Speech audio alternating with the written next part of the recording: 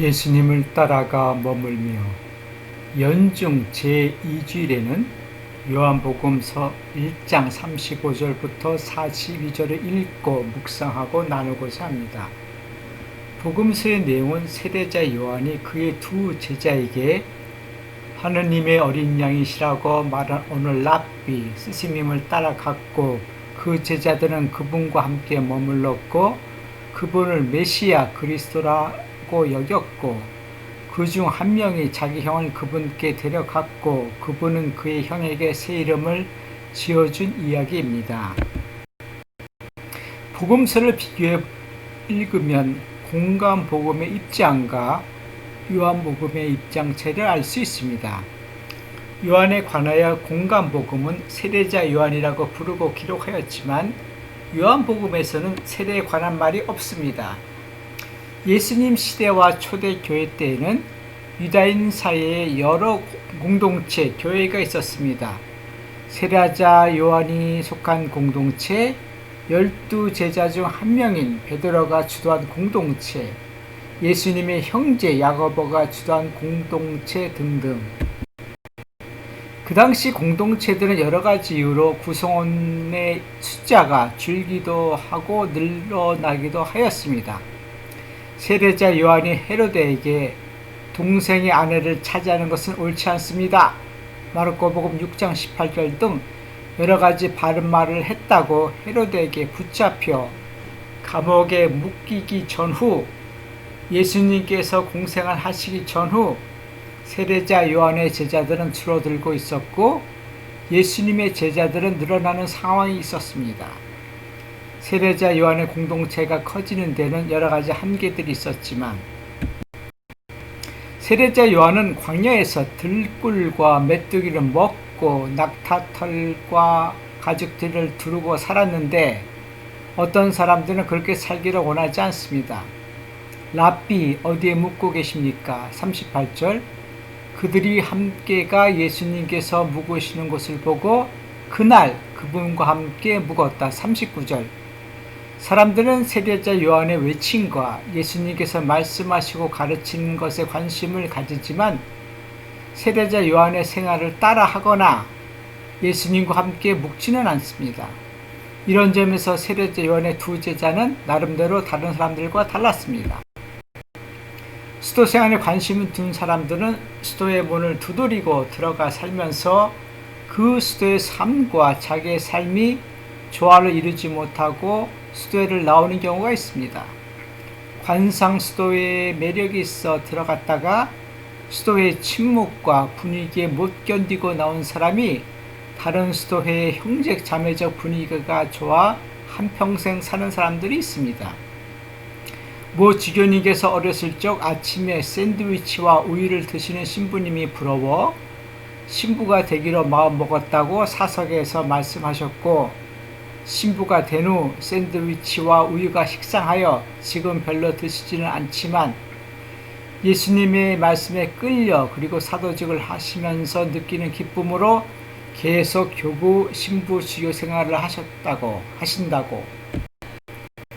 신앙생활 시작한 동기는 여러 가지가 있을 수 있습니다. 신앙생활을 하면서 나름대로 즐거움이 있어야 하고 기쁨이 있어야 합니다. 즐거움과 기쁨이 없으면 그것은 고행이며 의무 책임을 느끼며 사는 삶입니다. 고행이나 의무 책임은 외부에서 온 것이면 언제든지 벗어 던질 수가 있지만 스스로 진 고행이나 의무 책임은 다른 사람이 벗겨줄 수가 없습니다. 오늘 복음에서 예수님을 따라갔다가 함께 머물렀고 나중에 자기의 형인 시몬을 예수님께 데리고 간 안드레를 생각해 봅니다. 신앙생활을 혼자 하고 다른 사람에게 알려주지 않는 사람들은 이기적인 사람들입니다. 아니면 고행을 즐기는 사람들입니다. 신앙생활이 좋으면 사람들에게 메시아 그리스도 구원자를 만나서 40일자라고 해야 하고 사람들을 예수님께 데려가야 합니다.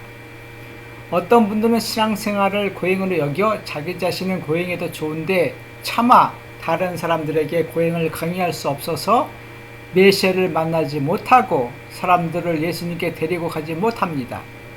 이런 분들이 하루바삐 고행에서 벗어나시길 바랍니다. 오늘 복음에서 예수님께서 와서 보아라 때는 오후 4시경이었다. 39절.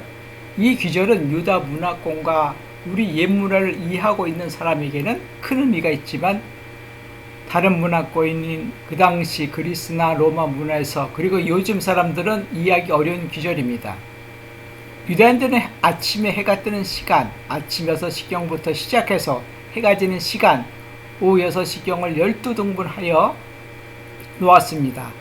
성경 원문은 10번째 해당하는 시각을 말하는데 구체적으로 해 지기 전 2시간 전 시각입니다. 한창 해가 떠있는 오늘날 여름날 오후 4시가 아니라 겨울날 해 지기 2시간 전입니다. 우리 옛 문화나 유다 문화에서 해가 지려면 집으로 가서 저녁도 먹고 잘 준비를 합니다. 엠마오로 가는 제자들에게 부활하시어 나타나신 예수님께서 더 멀리 가려고 하시는 듯 하여 제자들이 예수님께 저희와 함께 묵으십시오. 저녁 때가 되어 가고 날도 이미 저물었습니다. 루카복음 24장 29절을 떠올리시면 좋을 듯 합니다. 동행한 사람을 그냥 당신 길로 계속 가시오가 아니라 같이 머무르는 것입니다. 또는 해질녘 무렵 찾아온 손님을 박대하는 것이 아니라 집 안으로 초대하고 저녁을 함께 먹고 잘 자리도 마련해 주는 것이 우리의 옛 문화였고 유다인들의 문화였습니다. 요한은 다른 복음이 말하지 않았던 시각을 말한 것도 그 이유입니다. 어떤 목적을 가는 데 있어서 동행한 사람들과 함께 먹고 마시며 머무는 것이 보편적 삶입니다. 신앙생활이 이런 삶과 다른 이유나 필요가 없습니다. 오늘 복음 묵상을 통하여 나누고 싶지 않은 것은 예수님께서 제자들을 뽑으실 때 기도하고 뽑으신 것과 요한복음은 다르다는 것을 말하려고 하는 것이 아닙니다. 그리고 첫 번째 제자가 베드로가 아니라는 것도 아닙니다. 예수님께 가서 본 사람들이 예수님과 함께 머무르면서 예수님의 제자가 된 것입니다. 예수님께서 묵으시는 곳을 와서 보아라 하신 대로 예수님을 따라서 머문 것이 중요합니다. 진정한 제자라면 예수님께서 묵으시는 곳을 찾아가서 보고 예수님과 함께 먹고 마시며 지내셨으면 합니다. 삶 속에서 예수님께서 묵으시는 것을 찾는 것은 우리의 목이며 예수님께서 와서 보아라 라고 초대하셨을 때 가서 보고 함께 머무르는 것이 참된 제자의 길입니다. 예수님께서 머무는 곳에 가서 잠깐 보고 예수님께서 묵으신 곳을 알았으니 예수님 혼자 계세요. 저는 제 집에서 가서 먹고 마시고 그곳에서 살겠습니다.